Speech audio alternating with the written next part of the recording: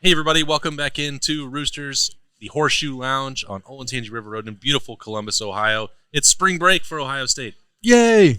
So Where we at? It's snowing outside. So after two practices, that's on hold. We should have taken the Rooster Show on the road. You know? I know. Spring break edition. Cancun or something. I mean, we had all of February. We had beautiful spring weather, and now it's like it was snowing last night. You guys, how long have we lived in Ohio? You know that if you have nice weather, you're going to pay for it eventually. Like the snow will come. I'm with you. I would have rather all hell break loose December, January, and February just for March to hit and it be like beautiful and not have to deal with it. Give me hell for 3 months instead of going back and forth. Yeah, you're prepared for it. You guys, I'm telling you, it's going to snow in either April or May. Like I will snow in April. Yep, I'm telling you it will. Get like 3 inches and then it'll be gone the next day. We got it like 5 years ago, right? We got like a massive snow in April. Yep. Nicole's putting that evil out in the world. No, I think if we can all just expect it, it makes it easier, you know? Yeah, well, let's hope not. Let's knock on wood. I know. Otherwise, middle of April, you're talking spring about knocking out the spring game? Snow. Yeah. Our sophomore year, we had snow on a spring game. We have had snow on a spring game, I remember, because we had the truck down there. It was terrible. Oh, boy, I didn't know that was hey way guys, we were going to go. Playing Happy football, spring though, break. Playing football in Ohio though does make you. It's an advantage to the toughens people us that up. it does because you're just more versatile. You can play in any climate. Well, you know? Got that right. Only if those teams in the South have to come north. Well, that conversation is happening after this year. That's right. After this year, a year from right now, we'll have that conversation. You're going to start seeing like LSU and Alabama having their spring game in Minneapolis. We got to get ready. Got to get ready. That's indoors. It will make football exciting though to see these teams that are usually just shining actually have a challenge for the first time. Yeah. I mean, you get these guys who come up and recruits. I'll never forget guys like in our class. They've never seen snow before, and they get here for a visit or a recruiting trip, and it's like, what is this stuff? Yeah, that used to be a big thing, but now I think guys realize like, hey, if I want to go to the NFL, the NFL, like, back I think when we got recruited, that was a big thing. Getting Southern guys that come north. Oh my God, they don't want to come here. Mm-hmm. Now it's just like, hey, if you want to go to the NFL, get used to it. Yeah. Oh, if you get recruited to Green Bay, I mean. That is a whole nother level. I feel like it ages you. The weather so hard on you. Like it's intense up there. Yeah, it can be bad. That's a great point. That's Justin Zwick. Hey, Zach Boren in the house this weekend. Nicole Cox is back. I'm back. Sorry about last week, guys. She needed an extra week to recover. Yes. She went so hard on the cruise. She did. The last time I saw her, she was going hard. I hear there was another record set on the cruise. It was, you guys, it was incredible. We had 600 people versus like 3,000, and we raised $4.3 million. And a huge thank you to like Coach Day, Coach Tressel. They just believed in the cause so much. They were smiling the entire cruise, just absolutely loving it. So it was really neat. Getting the active head coach of the Buckeyes on the cruise that's a first, right? No, Urban was on. Urban used to go, yeah. Okay. Urban would go, but first was having current players on the cruise. Got it. Yes. Huge thank you to them, too. They were amazing. They really believed in it, too. We're the sweetest. Steel Chambers, they were all so kind, just giving back, doing things. It was nice. Did Tommy Eichenberg actually say any words out loud to you? Or he did, and it was amazing. Like, he was just so sweet. A couple here and there. Yeah. They did a how well do you know your teammate? And yes, his answers were a lot shorter than the other guys. He was forced to talk. Tommy, what do you think? Yeah. Mike and your, Mm-hmm. Zach's still tan over here from the cruise. I am tan. Yes. I know. I was just about to say I smacked Tommy and Cade and Euchre a bunch of times on that cruise. So next time you do media, ask them how their Euchre game is because I smacked them. They always claim how good they are. Really? They got roasted. Cade and his got killed. Got killed. We smacked Jake and Olivia a bunch on Did that you? cruise. Yeah. No, I got Cade and Tommy. I got Cade and his girlfriend. So there's no configuration of that household that can win at euchre. No, not against me. So I need to learn how to play euchre then. Oh, so I have a challenge. Okay. You don't know how to play euchre? I don't. We've never played it in our house. Nicole, how long have you lived in Ohio? Okay, I know. Well, I'm going to start practicing because I definitely want to get in on that. Wow. I saw a bunch of people playing cards. I was like, what's going on over there? Yeah, euchre. It really irritated my mother-in-law that she taught me how to play, and then I've never lost to her in my entire life. Oh, yeah. That would be tough. I just took to the game. I don't know. That's why Ohio feels like home to me. I'm like, this is a natural game. I'd never played it before until I became part of that family, and now I'm the best that there's ever been. Yeah. No, in that family. No, the best that there's ever been. In that family. Sounds like we're going to have a euchre game on the show. We need to have... We need to have a euchre tournament. Deal. Let's get some cards Sponsored out right now. Let me start practicing first. Yes. Okay. Well, we do have to teach Nicole first. I know. All right. So spring ball is underway. 2 practices last week. They take a break. It's the acclimation period. So weird. Yep. Take it off, then come back and go hard for the rest of the way through. 13 more practices. They're going to have a scrimmage on the 25th that Ryan Day circled as pretty significant, not just for the players but also the coaching staff, because Zach Brian Hartline's trying to call some plays. How do you think that stuff's going to work out in spring? Working out isn't the right word. I think that's the time for Brian to actually get experience doing it. You know, you brought up the scrimmage. That'll be the first time probably where it'll be real life bullets kind of coming at Brian, where it's down and distance. It's, there's different situations, and Brian's actually having to call plays. Right now in practice, it's like, hey, we're doing individual 7-on-7 run. Today's the emphasis on 3rd and long, or today's the emphasis in run game, whatever it might be. There's a script, and Brian knows kind of where he's going to go and can move things around. It's much slower pace. When you actually have those scrimmages, which in my opinion are much more game-like than the spring game, that's when Brian's going to sit there. Okay, guess what? I got a play clock. Okay, guess what? Ball. The refs are there, right? Ball spotted. Let's go. We got guys coming in and off the field. Guys are on the sidelines instead of standing behind the offense like you see so much in practice. So that will be like the first time Brian actually sees it real life. I got to make a decision quickly. I got to have a couple plays in the back of my mind. If this, and this happens, this is where I got to go. So that's where you can get the practice. I think it'll be interesting how they set up the scrimmage, right? Because a lot of times going into a scrimmage, what situations you're going to be put in as a coach. All right, we're going to be here, and then we're going to go down into the red zone, and then we're going to come back into here. Maybe they just let it fly like a real game. Hey, we're going to play a 15-minute quarter. And then that's more of a on the run. We're going and we're doing it, and Brian's figuring it out. And I think they will for a couple reasons. Here's why. Normally when you have a veteran team, you do much more of that. Hey, listen, we're going to do 10 plays, kind of like real-life scrimmage, then we're going to go down the red zone. You got a young team now. You got a quarterback battle with guys that are young. You got an offensive line that's pretty dang young that you got to retool. Yep. There's a whole bunch of position groups. Now, granted, there's a lot of senior guys. You look on defense side of the football. You look at the wide receivers, right? Like there's a whole bunch of depth there and experience, but there's some key positions where it's kind of new guys, so you need to feel the game-like atmosphere. And again, with Brian Hartline, that's easier on him because now you've got a coach that, guess what? I've got new guys. They need the reps. I need the reps. It just kind of flows. Yeah, and Ryan can kind of sit back and be like, all right, I'm going to let Brian do this. Yep. And even though during the game in the season, they might talk and have conversations about what's going on, you might just sit back and say, I want to see how Brian handles this, and we're going to throw this at him and see how it goes and see his mindset on what he calls in these situations, and then he's almost coaching, Brian as well as the team here in a scrimmage like that. I think it'll be great for Coach Day to get used to that too, because I know it's probably hard for him to let go of that.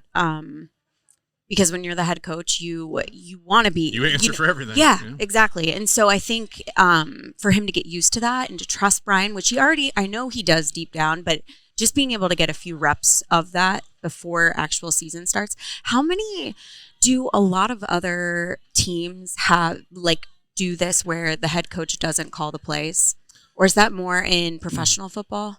I would say majority of college probably doesn't have the head coach. Yeah, we talked about that a good amount in November and December, especially coming off of the loss in the game. That there hadn't been in the playoff era a team with a head coach who called offensive plays win the national title.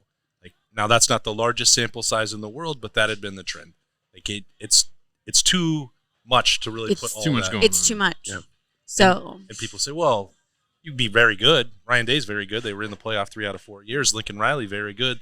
Get to the playoff, you can do it. But there seems to be something, whatever, if it's coincidence or not, that you can't get across the finish line with guys trying to juggle both of those responsibilities.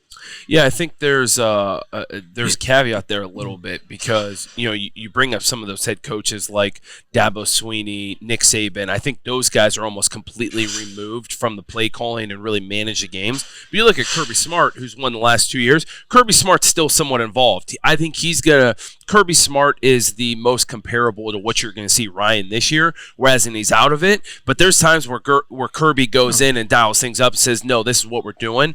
And I think you're going to see that this year with Ryan. I mean, you go week 1 on the road to Indiana. Who knows? We've went on the road to start the season before at Indiana, and things can get tight. If things get tight, I think you'll see Ryan Day step in. If not, he'll let Brian kind of run with it.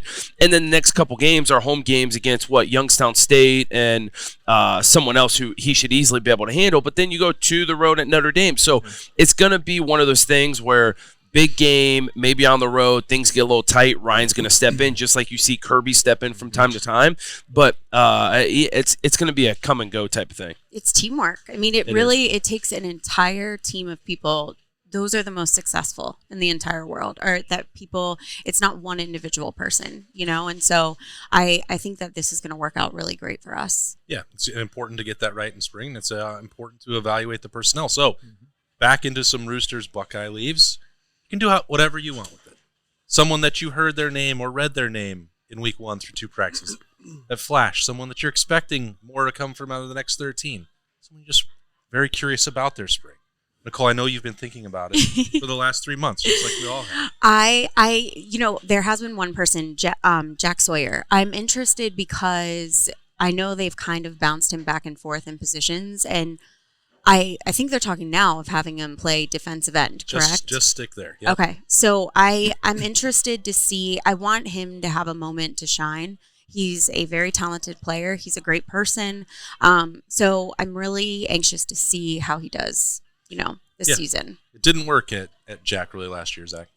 No, it didn't. I love that pick because I think everyone has the defensive end position circled because we haven't seen really disruptors since like Chase Young. JTT had the game against Penn State last year, but I think people want him to be more consistent on or more dominant on a consistent basis, and Jack Sawyer definitely has some big shoes to fill opposite him, so I love that pick. To me, it's easy to go quarterback, but I'll let you do that. To me, it's just the new guys on the defensive side of the football. You've heard names like Sonny Styles. You've heard names like C.J. Hicks. You're hearing some of the corners with Jordan Hancock, and I know he played last year. It's where do some of those guys fit in? And I think that's what I'm most intrigued about going in. But I'm going to give my Buckeye leaf to Sonny Styles. Pickering Central kid. I think everyone is talking about how they get him involved. It's going to be very interesting to see what they do, especially we've talked multiple times on this show about how deep that safety group is, and it might be the deepest on the team, maybe outside of wide receiver. So where's he going to fit in? Is he going to go to linebacker? But linebacker is completely stacked with those guys, right? There, yeah. Exactly. So where do they fit in? What's he do? But he's got to see the field. Yeah, I mean, we kind of heard towards the end of last year, like, that name. He's only a freshman, but maybe he's the guy that goes in the playoff and can do it. So I mean, I'm excited to watch him. Yeah, no doubt about it. So I mean, that's exciting, and you expect him to get more and more. I want you quarterback. Yes, everybody wants to see the quarterbacks. Everybody wants to, look at that battle. I look more at the offensive line because if you have a good offensive line, whoever you pick a quarterback is going to have a much better opportunity to be really good. Right. So I think filling in those holes, losing Luke, I think was a big surprise. It just gave us another gap that we got to fill in up there. And it just was a kind of a question mark. Like we don't necessarily know who these people are going to be, right? We're going to, we had a guy come in, a transfer, where are they going to place everybody or who's going to fill in or who's going to step up. We didn't have just guys waiting like, he's chomping at the bit. He should be playing now. Like we're like, oh. Yeah. So I think the offensive line is where it has to start, and that's a big thing for this spring. Just rotating people in, finding that exact, the best situation we can there to give the quarterbacks a great opportunity to be good, whichever one you go with. And the other one is the running back position. We have 4 guys with Pryor coming back this year. Are we going to lose 1 or 2, by the summertime? Trey, Chop, Dallin. I mean, Pryor. There's a lot of guys there who could play and who could be really good. So that's not a huge deal. We have guys. We're going to have a starter. We're going to have 2 starters, no matter what happens there. But just something to keep an eye on. And then I'm schlegeling it right now, but just keep going. I love it.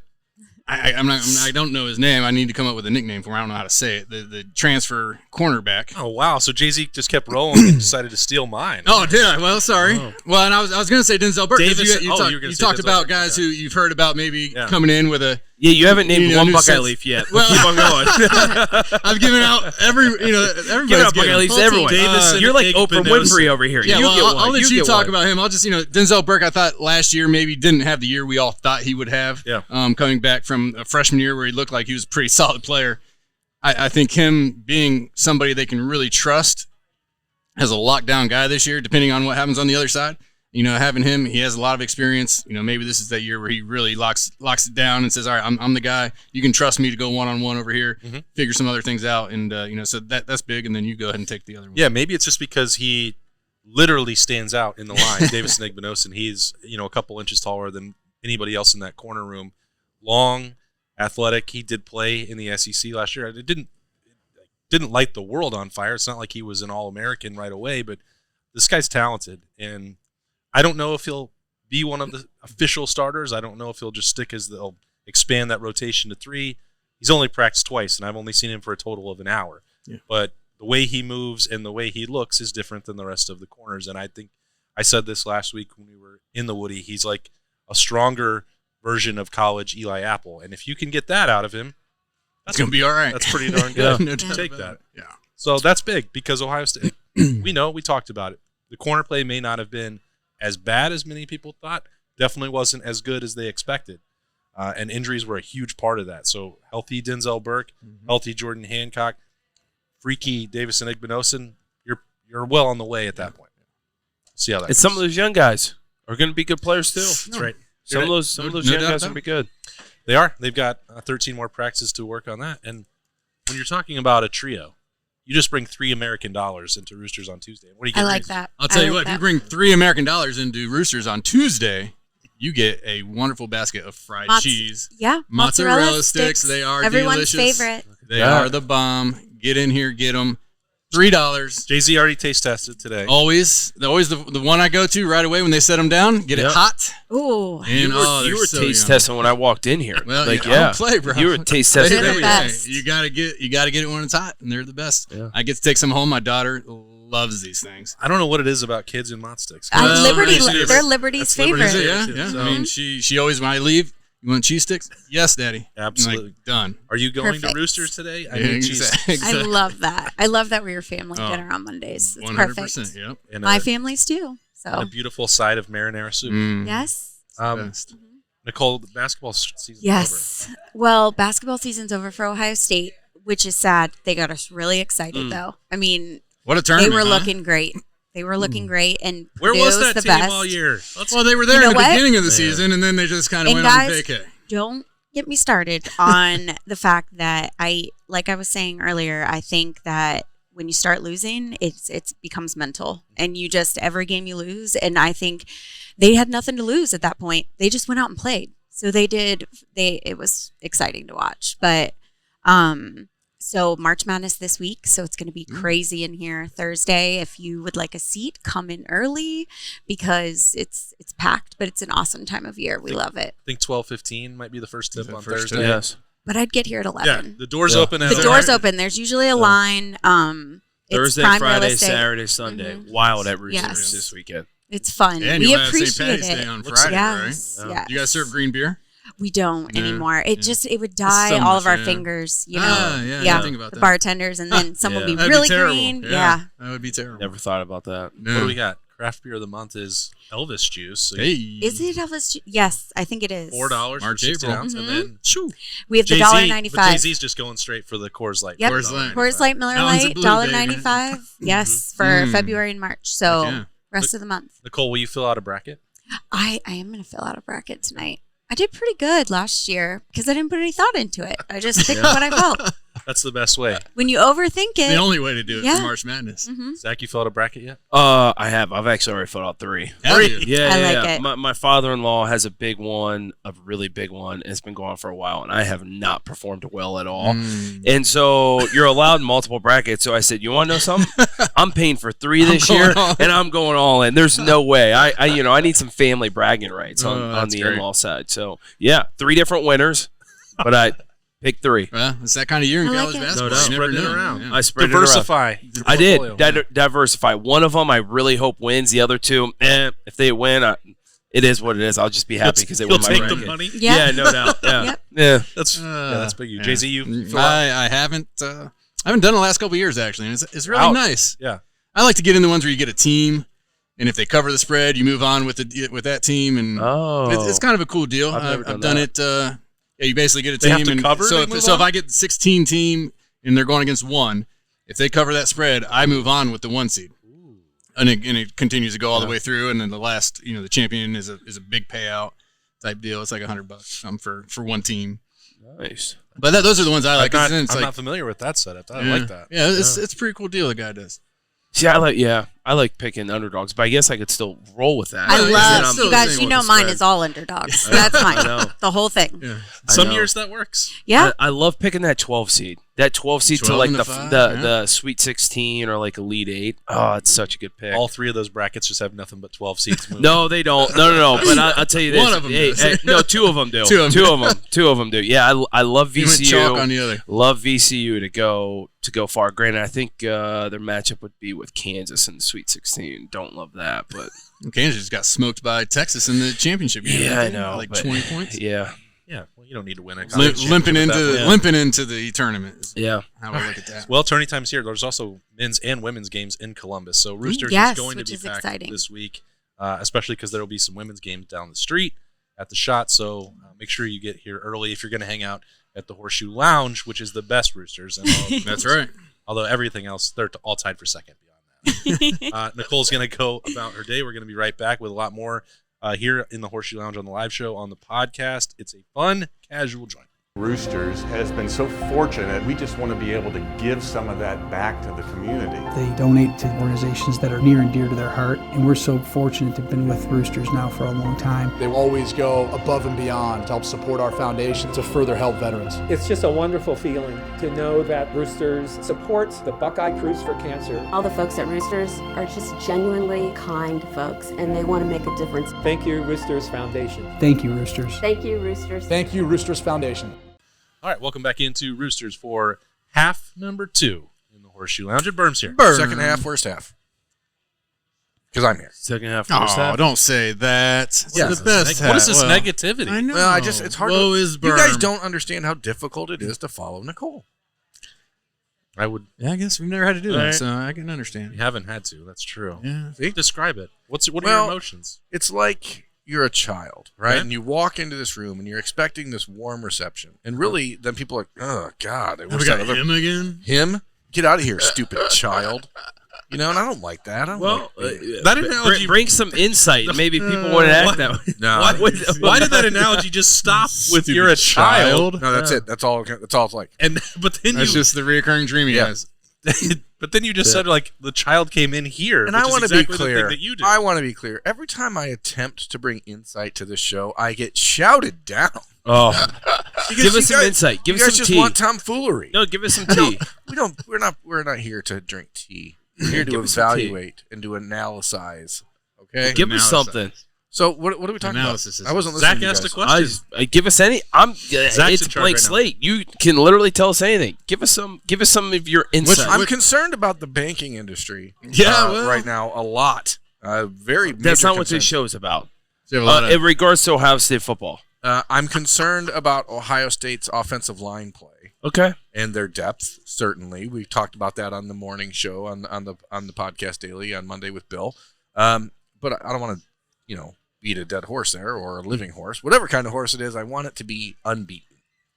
I don't think you should Yeah. beat a living horse. Yeah, I don't think you should beat It any. should be any horse, yeah. He just said literally 2 minutes ago he wanted to give some analysis. I and did then not. we force him into tomfoolery. I did not say I wanted. I Then he talked started about the talking offensive about line earlier, saying, we the don't know what's banking going on there. industry You see what I'm is talking about? beating a living horse. You see what I'm talking about? That's it. But you just said you're worried, but then you didn't dive into any detail. You guys already talked about it in detail. Yeah, I mean, not really. Not really. Didn't It really was get into Jay-Z when detail. he It's was just naming one of 15 my- different positions. one of my positions that I went through. You said you don't even listen to us when I you're wasn't. over there I heard in the corner. Jay-Z talking about the offensive line, and my ears perked up because Bill's radar went up because he heard someone say offensive line. So Bill immediately started to do this. Oh. So then when Bill does that, I do this, and then that's what happened. There's a lot of this going on. I thought you guys were dancing over there, but it was just this. Yeah.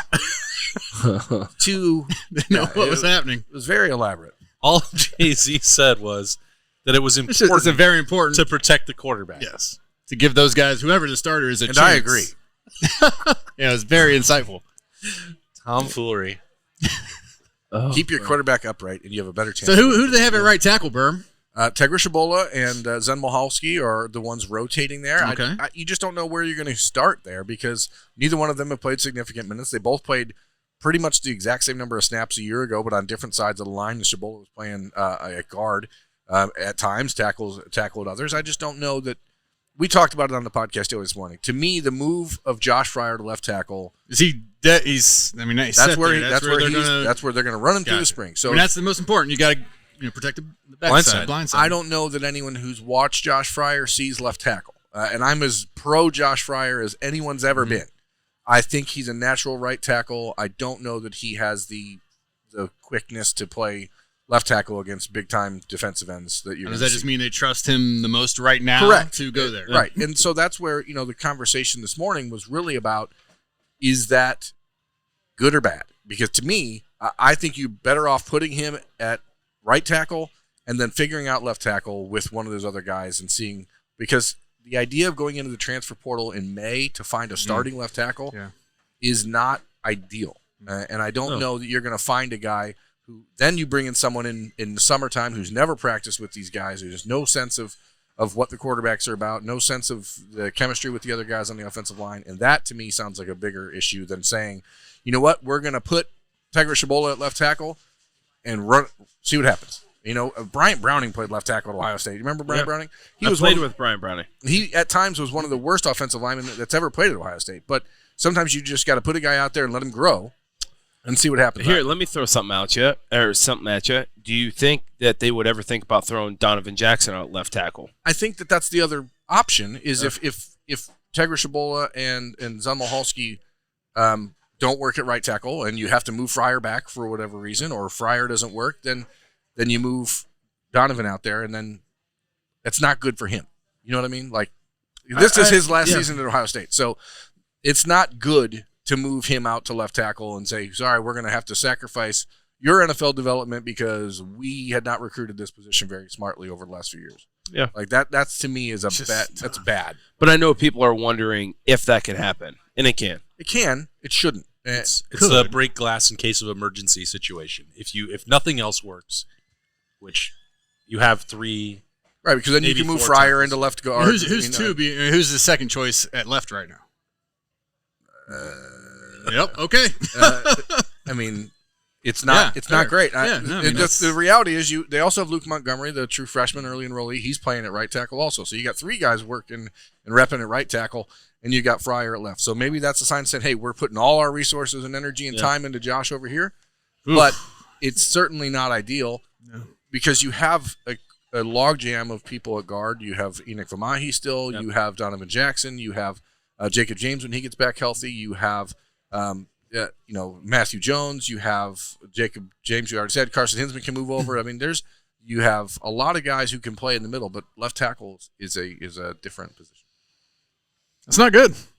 It's not ideal. No, not ideal. It's not ideal, but maybe not. I think you've got some guys in the middle there where worst comes to worst, you can't throw Donovan Jackson out there. You already named some guys that have some playing time, some extent of playing time in big games. So, it's not ideal, but I don't think it's a ship. It's not a ship that's sinking right now. It's not a ship that's sinking. But here's my question for you: you voluntarily chose to play a different position in your final year of college football because, number one, you weren't playing at the other one because there was no point in having a fullback anymore. Number two, he had already scored at fullback that year. Yeah. Donovan Jackson is a potential first-round pick on the offensive line. If you go to him and say, hey, buddy, we're going to move you out here to tackle and kind of take away all of your junior year tape at guard where you're going to play in the NFL, how would you react to that? It's different than, I would say, the transition that I made or someone going from tackle to guard is only going to show versatility to the NFL. And I would say this, that if he stays at guard, it's much harder to be a first-round pick at guard rather than someone that can show if he goes out and plays left tackle this year and like, damn, he's a great left guard and he's a good left tackle. If we ever get in a pinch, a lot of teams, some teams only carry 7 guys active on the offensive line. A lot of teams 8, but if you have 7 and you've got someone that, hey, can play guard, is a great guard, and then can move out to tackle as well, hey, you've got some value for yourself. It's not like he's going from left guard to defense tackle, and it's completely different. I think it's a different situation. Is it better for him to stay at left guard? Yes, I 100% agree with you. But it's not he's not killing himself. The NFL is not going to say, he wasn't very good out there. They may not hold that. Now, if he goes out there, if he goes to left tackle and gets burned a bunch of times and does not look good, then that's an issue.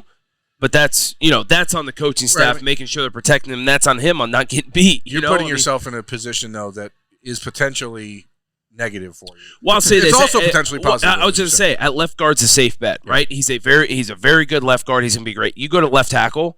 Now you've got more risk and reward, right? If he goes out there and plays really well, it's like, oh man, here we go. But if he goes out there and plays bad, and he was one of the top-ranked tackles in the country coming out of high school, but everyone knew he was a guard, so it didn't matter what he was ranked. But he's still 6'4.5". He's not your traditional, 6'7" left tackle. Look at Peter. How you say his last name? Yeah, from Peter Northwestern. Northwestern. Hey, he's 6'4.5" with short arms, right? And because he plays tackle, he's going to be a first-round draft pick. If he was a guard, I don't know. Right. Do you think he's going to stay at tackle in the NFL?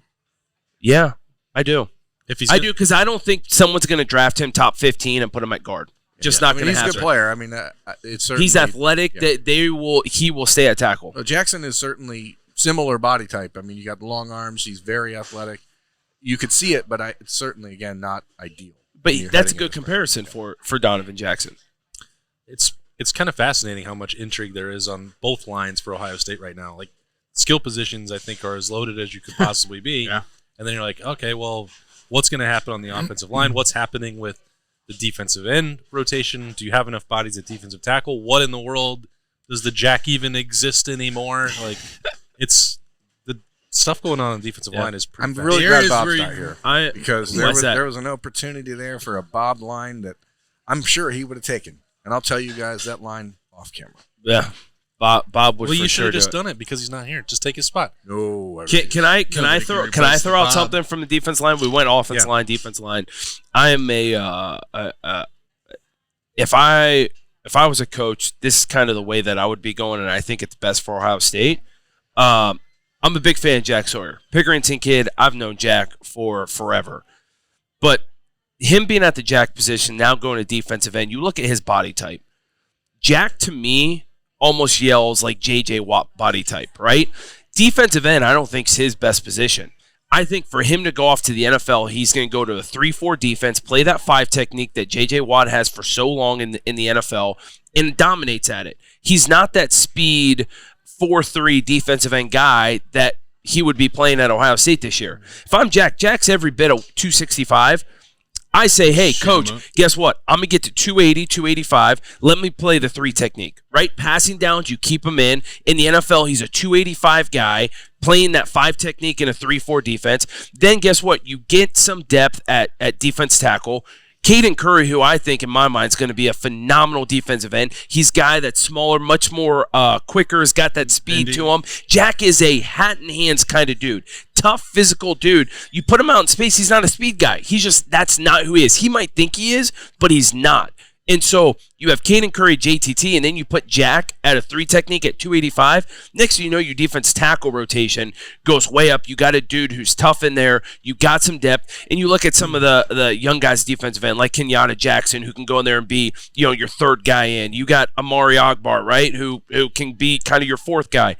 If I'm Jim Knowles on this defense, not only am I pulling Jack away from the Jack position, I'm saying, hey, dude, we're going to put 15 to 20 pounds on you, and we're putting you on a 3 technique and letting you just play with your hands all day long.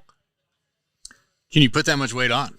Yeah, Jack's a big dude. Jack's a big dude. Jack carries 265 well. I mean, even if he doesn't put on 20, he could still play at 280 and still, he could still play at 275, 280 and still be gonna be strong as an ox. And exactly, he's a strong dude. He plays best. When he's good at defensive end, what's he do? He bull rushes people. That's the only time he gets a sack. If he ever tries playing with speed or try pulling some kind of move, he's not successful. He is only good when he threatens someone and then bull rushes them. That 3 technique, what you can do, you're playing on an edge, you're bull rushing someone. I mean, it's not out of the ordinary. And then if you look at your nose guard, you got a guy like Ty Hamilton, who's a big dude. You got Tyleek Williams. You got Michael Hall, right? Yep. Like, you got those dudes who are big dudes. You don't need Jack to be such a monster, because Jack would need to be bigger if your nose guard's a smaller dude, but those guys are monsters. You don't need Jack to be massive. You heard it here first. Interesting, yeah. I think what's going on. There's my hot take. Yeah, well, are we doing hot take? That's the hot take. That's my hot take. That's the Bryant heating and cooling hot take. That's my hot take. At Roosters. But the likelihood of that is the issue. Like, how much? If Jim Knowles asked that, would Larry Johnson sign off on it? That would be my question. That would be my intrigue. They should, because I don't think that he would. Well, I think Larry. But Jack would have to sign off on it first. Well, of course. I agree. But Jack's not going to be a 4-3 defensive end. He's not going to make money in the NFL by doing that. Jack's going to make his money by being a bigger dude and being that J.J. Watt type in the NFL. That's where Jack's going to make his money. I think about, like, the impact that Adolphus Washington had when he kicked inside Draymond Jones, Jay-Sean Cornell, and then Draymond, I think, was the best that Ohio State's had in that spot. Draymond's about to get paid. And he's in that 6'4", 280 range. Yeah. I mean, it's a similar. Jack's a little bit stiffer, athletically, and Draymond's a little more fluid. But Draymond, both really good basketball players. Both good no doubt. Which tells you even more why Jack should be inside. If Draymond's doing that, correct. It's actually a great comparison. Draymond Jones and Jack is a great comparison. I'd watch. Yeah, I mean, that sounds interesting. I mean, I think a lot of that would be also what you have on the back end. If you have corners you can trust, and hey, maybe you get you put a younger guy on the other bookend of defense. And everything you said, though, here's what I heard. Caden Curry neats to play more. Is that what you heard? 100%. You're taking words out of my mouth off air. That's what you're doing. That's what I heard. I saw what you did there. Yeah. Zach Harrison said the exact same thing in Indy at the Combine. He's like, the first person that he names, Caden Curry. Caden Curry needs to be a starting defensive end.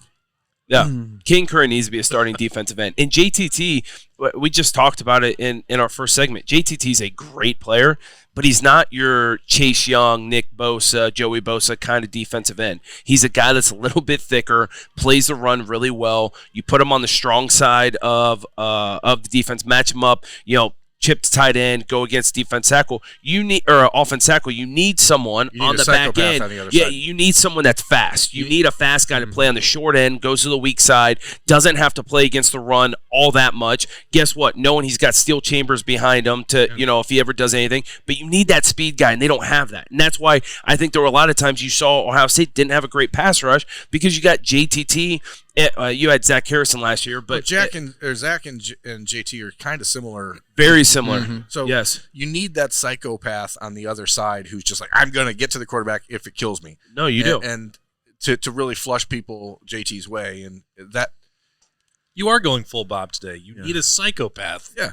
You know what I mean? Wild shankability. Shankability. Yeah, shankability. I'm not talking about shanking no one. I'm just saying, like, I'm going to get to the quarterback, or I'm going to die. Psychopaths shank people. I'm going to go shank the quarterback. I mean, that's how he is. If anyone actually watches kickoff, which I don't think they do because everyone's just looking at the ball as it sails, go run some tape back of Caden Curry on kickoff and goes to hurt people. I mean, I was on the field a couple times last year during the game, and that dude's just going to knock people out. I mean, literally trying to knock people out. So that's exactly what you need. We've solved it. That's what we're here to do. Hope Larry's watching. Jay-Z, are you feeling, have you acclimated yourself to seeing a quarterback wearing number 32? No, never. I can't stand it. I want to like the kid, but now I'm just not sure about him. I like it. I'm just teasing. I mean, I do hate it. And I also like that he doubled down this week on you guys talking crap about Tate Martell. And him and his father put out pictures of Devin and Tate together at camps when they were younger. That is my type of guy. Stand up, fella.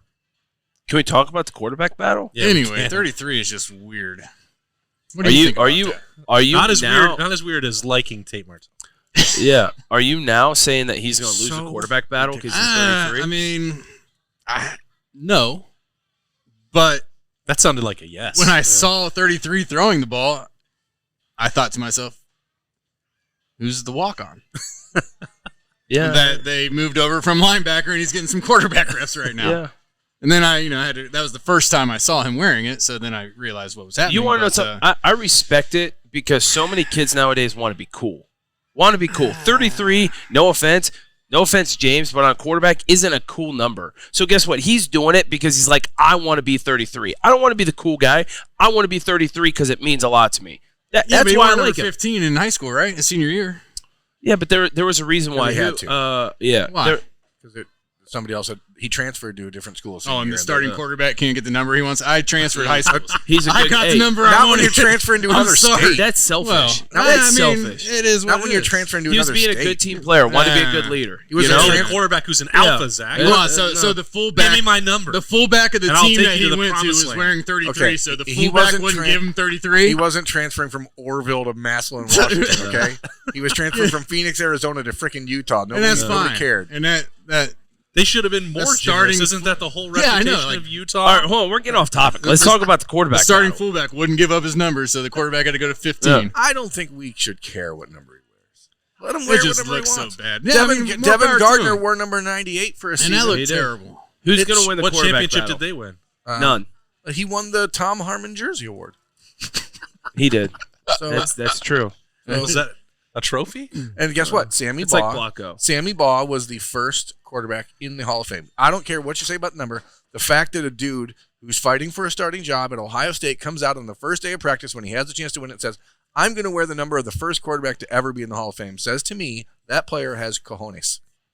And Larry Bird. Hey, look at me. I'm wearing a weird number. Larry Everybody. Bird played basketball. Let's talk about my number instead of me playing quarterback. See, A great it's working. distraction. It's working. Great Some of distraction. the I'll was say not this about the perfect quarterback last week. competition is I feel like I was coming into spring thinking he, number 33, was so much more athletic quarterback than what Kyle McCord is. Yeah. And now I haven't seen them in person, but what I've seen them running out and doing, it doesn't appear to me that am I missing something? I don't think. I don't think the difference. Devin would between them- win in straight line race by half a second, maybe. Okay. Maybe not half a second. Half but, a second. I don't- a third of a second probably, but it doesn't matter, obviously. No. But I mean, other than that, he's not throwing down windmill dunks like the kid who's coming out of high school, right? Yeah, he might be like in a 100-yard race. Devin will probably win by a third of a second, but who cares? But that's not, yeah. So it's when I'm saying more athletic, I'm not talking straight line running. I think they both do things very well that are completely different. Like I think Devin throws a much better deep ball, right? I think Kyle McCord is much more accurate short range. So I think it's weird. They complement each other because they do things well that the other doesn't. So who knows who's going to win? They should just ask each other before every drive. Would you like to play this drive? Yes, I would. Okay, Devin. Thank you, Kyle. It doesn't work out. We're going deep. That's what We're Troy and I going did deep. back in the day. It doesn't work out. Yeah, I don't know if that's the plan that Ohio State. Yeah, well, wants. I mean, I just thought maybe you'd ask. That's all. I mean, this spring will be big to see to let them separate. I was just coming into spring ball. That's kind of what, for whatever reason, I felt. Berm, who do you think is going to win? I think Kyle McCord will be the starting quarterback. Who do you think? I think Kyle McCord. Okay, I've been a fan of his. I think. I mean, and that's Marvin Harrison's quarterback from high school. It's right? not to knock. I mean, think about that. It's not to say that Devin is going to back into it. They have a great relationship already. It's not going to say Devin is going to go out there and not perform well or anything like that. I just think that Kyle has to be significantly worse than Devin Brown this spring for Devin Brown to be the starter. And that wasn't my question. Oh, it wasn't at the end of spring. Who's gonna Indiana's tomorrow? Who's running? Indiana's in 6 hours, right? Kyle McCord. If that's the case, there's literally no question who it would be, which is Kyle McCord. I mean, Kyle McCord was a 5-star. There's no second thought. There's okay. I feel What like about the new shiny thing is the newest thing? It's like this just because he sat behind CJ all right? Stroud does 6 not months mean from he's a now, bad football player. 6 months from now, they run out against Indiana. Who's the starting quarterback? I believe it will be Kyle McCord. Okay. And again, there is this weird belief or like loss of perspective. Kyle McCord was a 5-star quarterback 2 years ago coming out of high school. Devin Brown was a 5-star a year ago. Great. But, like, why is Kyle McCord still not the shiny new thing? Like, he's still a guy that never actually got to see him be the full-time starter. It's weird, but he would have to – he has to lose the job for Devin Brown to win the job. I don't think that he's going to lose the job. I think the whole reason why people think that way is, what was it, 2 years ago when he started against Akron? You know, and I think he only threw for like 380 yards. No, I know, but I think people were expecting him to be the new shiny object and come out and just light the place on fire if he's a 5-star guy. And let's be honest, he's methodical. But you understand right? Even in that game, that should have been a reminder. How silly is that? But people were also calling for CJ to be benched back then. I know, but you get what I'm saying. He's methodical. There was at that point in that game, there was nothing exciting about his game. He just did what he did. I agree. You know what I'm saying? So I think people go back to that because that was the one game he started and played. So everyone's like, okay. If any Ohio State fans are really thinking of it that way, I implore you to find me a freshman quarterback at Ohio State who came out and looked. Anywhere. Well, I mean, a true freshman in week 3. We've seen Caleb Williams do some things, and I know that there's a difference in style. Kyle is not going to go out there and run around and be crazy and get those highlight plays. Terrell Pryor took over the Ohio State starting job as a freshman in 2008, I think in week 3. It was after USC. Show me where he looked like he had any idea what he was doing. Now, there were times when he'd run around and make special plays. That's the type of quarterback, type of athlete he was. No quarterback at Ohio State should ever be expected to come out in week 3 of their freshman year and light the place on fire. Like, that's just not realistic. C.J. Stroud, who was a redshirt freshman, came out through for 450 freaking yards in his second game against Oregon, and people wanted him benched. I mean, it is an obscene, bizarre expectation that people have put on these guys. Standard is the standard. Yeah. But that's not the standard. I know. But you brought up the reason why people think that's the last time they saw Kyle McCord. Truthfully, that's really the last time they've seen him in game action. I don't believe that having bizarre expectations of someone the first time should make you be like, hey, you know what? This guy didn't live. Like, that's unrealistic. That doesn't make sense. Let them play it out and see what happens. Anybody who has like predetermined a winner and never seen these guys play is ludicrous. Yeah. Like, it's insane. Like, well, I don't think no one's seen Devin Brown play. No one has, which is why I think everyone sees him as like, oh my God, he's going to be that guy, because people have seen Kyle McCord play. Really, that one game against Akron. Other than that, they've never really seen him go out there and sling it around all too much. I think people got enamored because it's a weird almost envy for Ohio State fans. They saw what J.J. McCarthy and the running around and Devin Brown is that style, the very similar style of quarterback. So is Lincoln Kienholz, the incoming freshman, very a guy that like you watch the film and he's doing a lot of stuff and it looks fun. It's not always fun. If you go back and look at Michigan Twitter last year for the first 12 weeks of the year, there was not a lot of people in the Michigan Twitter space that was like, oh, I love this guy. This is everything I've ever wanted in a quarterback.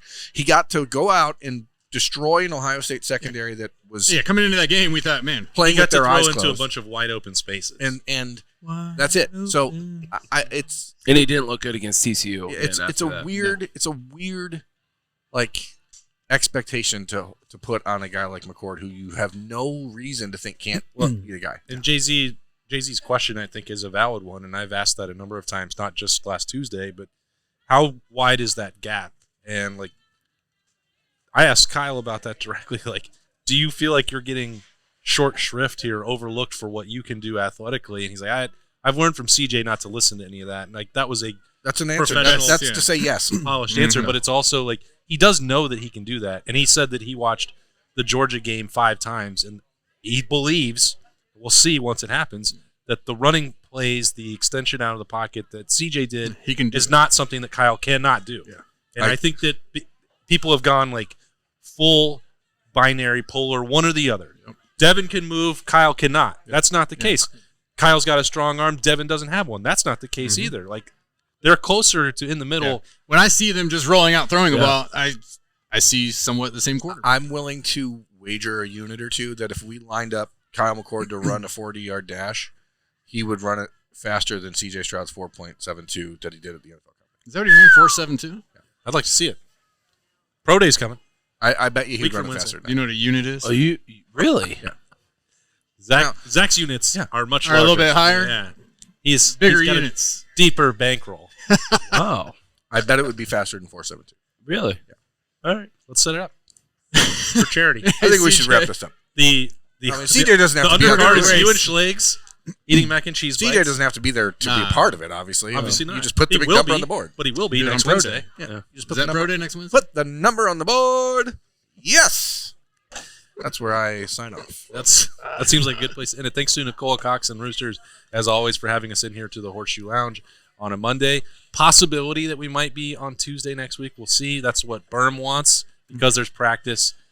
Jay-Z says he doesn't like it. He's out on that idea. We'll see. Whatever you want, Austin. We'll let you know. I'm in your camp. I don't make the rules here. This is Berm's show. Thanks to Nicole. Thanks to Jay-Z. Thanks to Zach. Thanks to Berm. I'm Austin. We'll see you all again. Thanks for joining us and thanks for watching us at Roosters. It's a fun, casual joint.